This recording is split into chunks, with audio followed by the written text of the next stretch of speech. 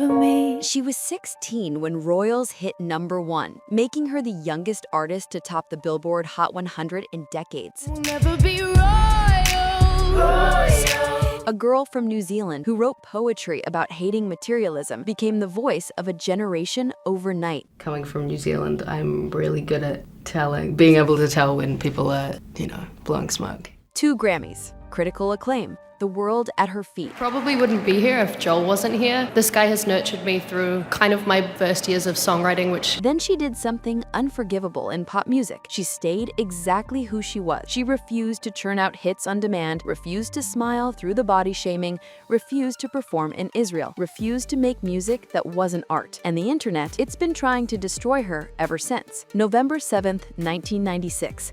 Takapuna, Auckland, New Zealand. That's when Ella Marija Lani Yellick O'Connor entered the world. Born to a poet mother of Irish descent and a civil engineer father of Croatian heritage, she was raised in neighboring Devonport, sisters Jerry and India, and brother Angelo. Her mother encouraged constant reading across genres, planting the seeds of the lyricism that would later define her music. The stage name Lorde came from her childhood obsession with monarchy and aristocracy. Again, it's that nobility, aristocracy obsession that I had. I hit upon Lorde and loved the way it sounded. And then I guess I just was like, it would be quite cool to add an E to feminize it. She took the word Lorde and added an E to feminize, creating an identity that was regal, mysterious, and distinctly her own. Even her name was a statement. She wasn't going to be Ella from New Zealand. She was going to be Lorde. In 2009, 13-year-old Ella and her friend won their school talent show.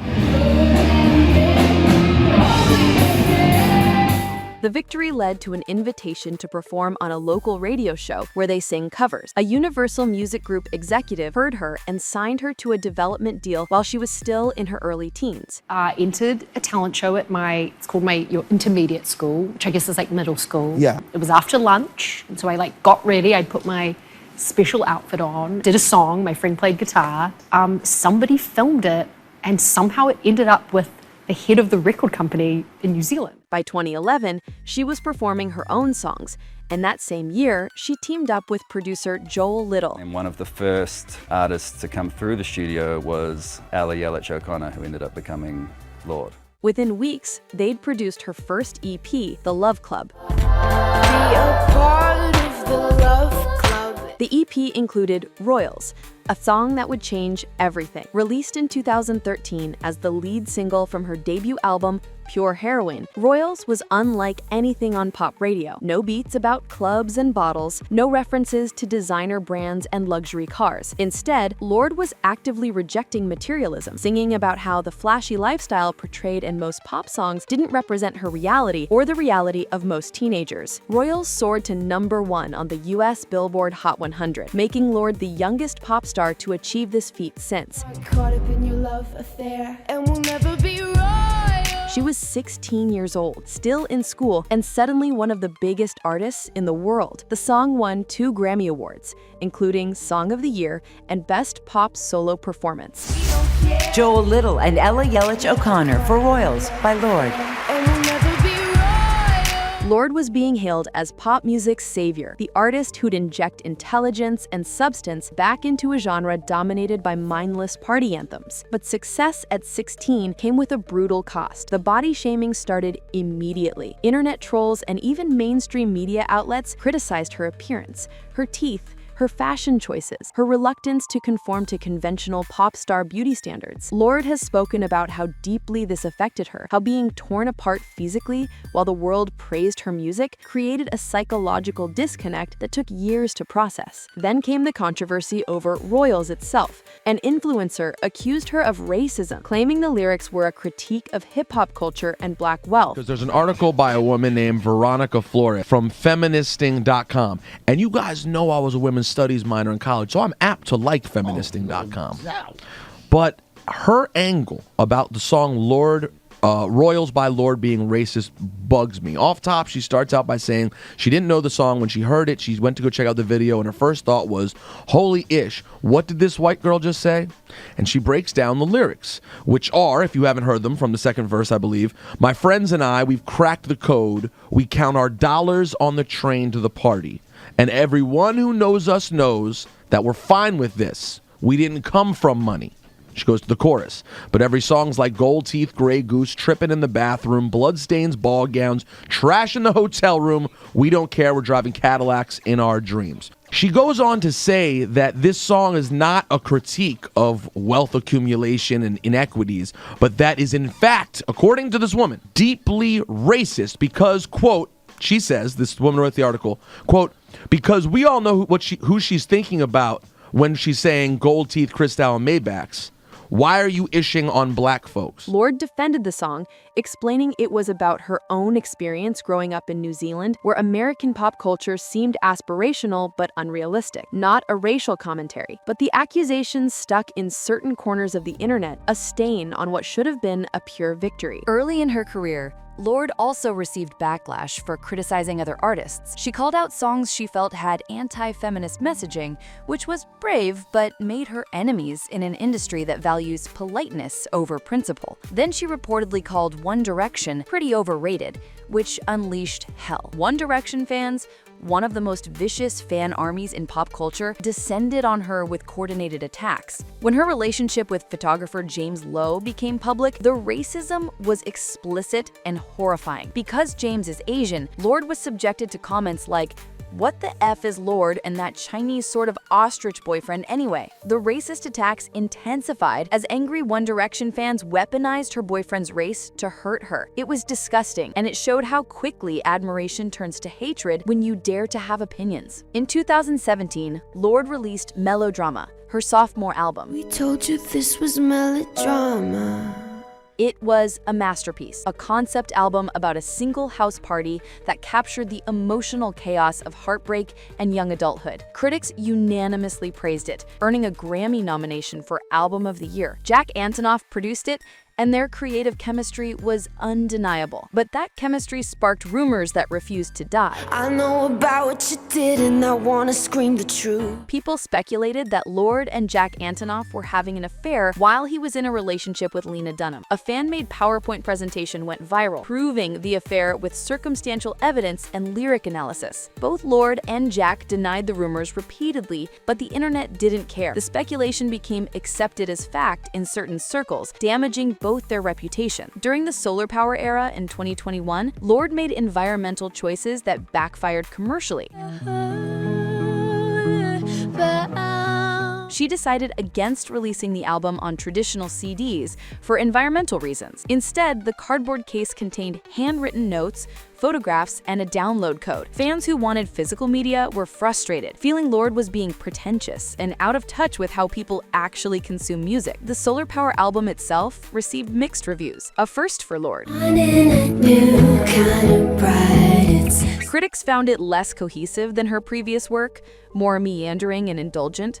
One song, Dominoes, included the sound of sirens, which some listeners found insensitive given its proximity to Black Lives Matter protests. Lorde explained she'd recorded the sirens in New York and simply liked the sound, but the explanation felt tone-deaf to critics. She followed with an EP called Melodrama, which included Maori language lyrics, a celebration of her connection to New Zealand's indigenous culture. So personal and so connected to home. While many praised the representation, it sparked debate about her right to use the language as someone who isn't Maori. Lorde welcomed the debate, showing her willingness to engage with difficult conversations about cultural appropriation and appreciation. But the biggest controversy came in 2018 when Lorde canceled a scheduled concert in Tel Aviv, Israel, after pressure from activists calling for a cultural boycott of the country. The backlash was immediate and severe. Supporters of Israel accused her of anti-Semitism. Pro-Palestine activists praised her courage. Lorde was caught in one of the world's most intractable political conflicts, and there was no way to win. The interpersonal drama continued. Lorde and Charli XCX had a public falling out, with Charli writing about her insecurities on her song Girl So Confusing.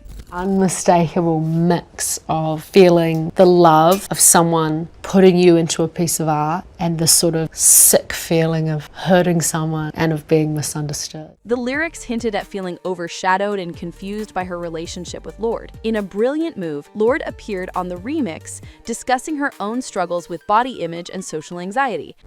It's so confusing sometimes to be a girl. The collaboration resolved their conflict publicly and became a moment of healing rather than continued drama. Lorde has also been open about her evolving gender identity. In a 2025 Rolling Stone interview with Chappelle Roan, she discussed feeling in the middle gender-wise, stating her identity is ever-changing. This openness sparked both support and criticism, with some celebrating her authenticity while others questioned her sincerity or accused her of trend-chasing. She also apologized for an insensitive comment about autoimmune disease she made while discussing her friendship with Taylor Swift, though the specifics of the comment remained somewhat vague. It was another example of Lorde's words being scrutinized at a level few artists face. In 2025, Lorde released her album Virgin, which sparked new controversies immediately. You're looking at my pelvis, my jeans, my belt. So this is an X-ray of you, and there's the zipper, and that is, what is that? That's a belt, For an and my iPod. IUD I is wasn't right sure. there. The special edition CDs were made of transparent, eco-friendly material that reportedly had trouble playing in many standard CD players. People who bought the CD version of Lorde's Virgin album are having trouble actually playing it on a CD player. Customers on Reddit found that the transparent disc can't be read in some car stereos or portable devices. The album also contained a controversial NSWF image and a lyric in the song Current Affairs referencing Pamela Anderson and Tommy Lee's sex tape, which some found distasteful.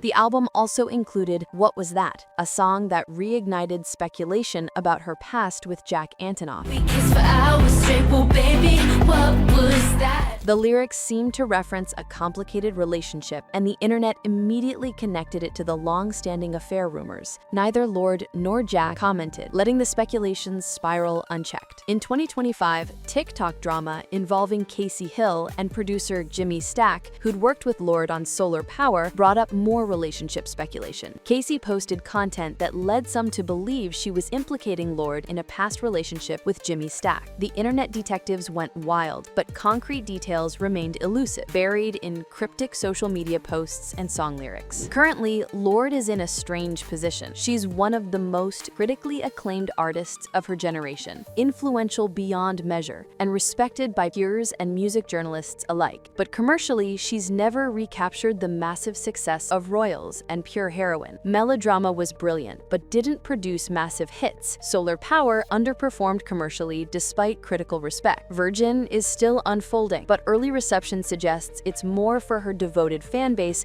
than mainstream audiences. As of 2025, Lorde's net worth is estimated at around $16 million. It's substantial, but modest compared to pop stars who play the commercial game more aggressively. Lorde has consistently chosen artistry over commercialism, integrity over mass appeal, and that choice has cost her in traditional metrics of success. She holds dual citizenship for New Zealand and Croatia, identifying strongly with both heritages. She's a self-identified feminist who's been particularly influenced by Kanye West's boldness and artistic vision. She's one of the 10 youngest people to ever win a Grammy, an achievement that speaks to her prodigious talent. Looking ahead, Lorde seems committed to continuing on her own path, regardless of commercial pressure. She's not trying to recreate Royals. She's not chasing TikTok virality or radio play. She's making art that interests her, saying what she thinks and accepting the consequences of refusing to conform.